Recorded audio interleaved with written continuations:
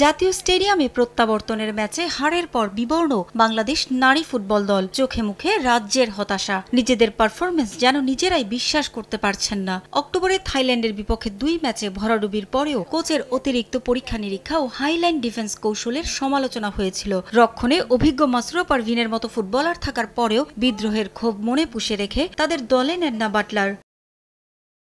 Malaysia ম্যাচেও তার একরোখা মানসিকতায় ডুবেছে দল। এমন হারের পরেও নিজের কৌশল পরিবর্তন করবেন না বলে সাফ জানিয়ে দিয়েছেন তিনি। হারের দায় নিজের কাঁধে নিলেও অভিযোগ করলেন বাইরে থেকে কেউ দলের মাঝে অস্থিরতা তৈরির চেষ্টা করছে।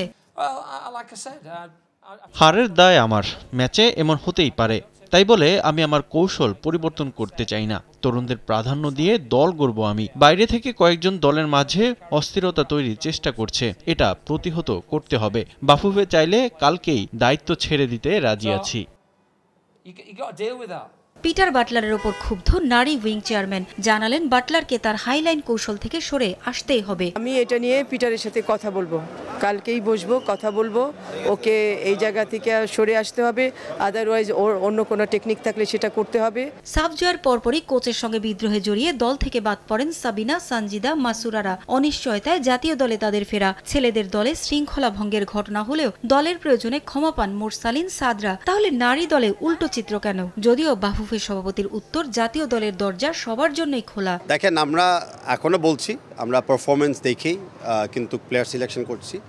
অস্ট্রেলিয়া যাওয়া পর্যন্ত বা যে কোনো টিমের আগে সবসময় দরজা খোলা থাকে, যে কোনো প্লেয়ার জয়েন করতে পারে। আমাদের কিন্তু ক্যাম্পের বাইরেও কিন্তু আমাদের অনেকগুলি প্লেয়ার কন্ট্রাক্টে এখনও আছে। সো যেসব প্লেয়ার কন্ট্রাক্টে আছে কোনো না কোনো সময় কোনো প্লেয়ারকে ডাক পড়তেও পারে।